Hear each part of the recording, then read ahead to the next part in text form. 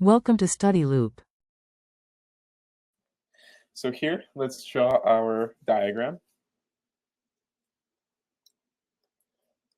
Oh. And we can say that here we have a vector, and then we have the boat's path.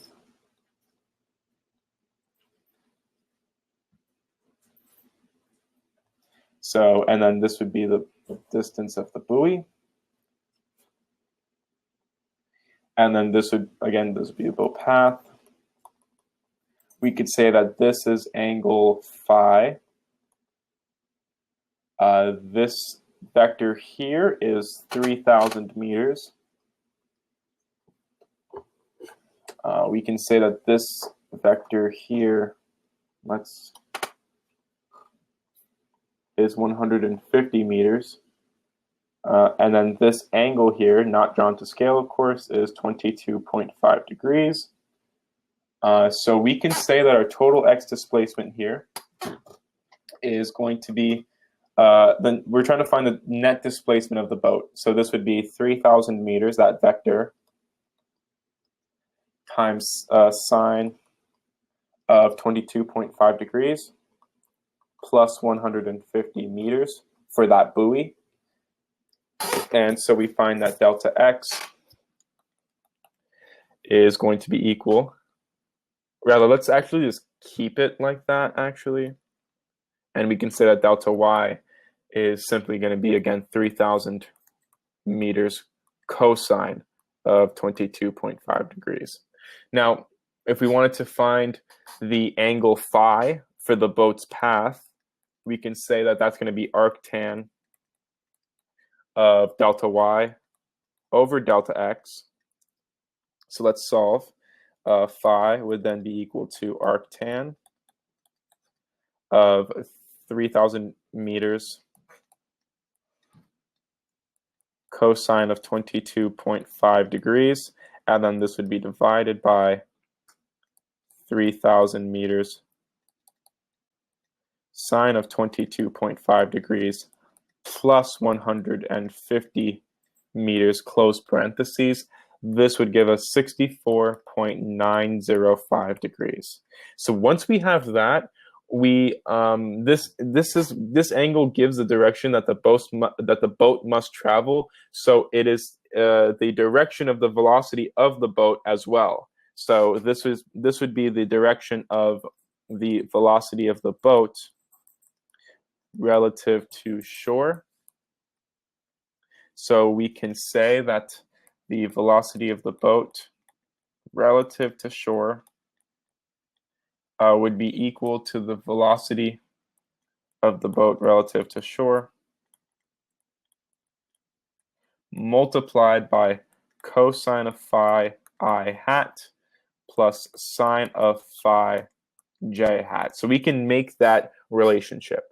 Now we need to draw a second diagram. It would be very helpful to draw that second diagram.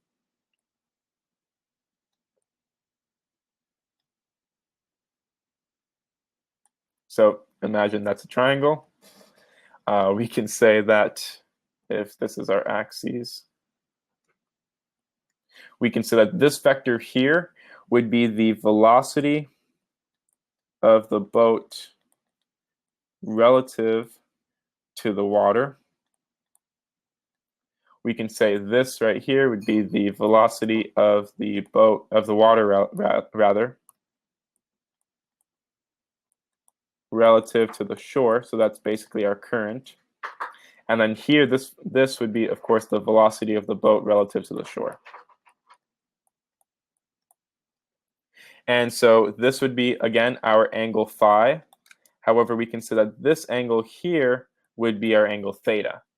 And so we can write a relationship, the velocity of the boat relative to the shore would be equal to the velocity of the boat relative to the water plus the velocity of the water relative to the shore. We can say that the velocity of the boat relative to the shore. Oh, actually, let's use the vector notation. Multiplied by, again, cosine phi I hat plus sine of phi j hat. This would equal 2.1 cosine of theta I hat plus sine of theta j hat plus 0.2 I hat. So that would 0.2 I hat would be the current. And now we just need to relate the x components and the y components. So we can say that the velocity of the boat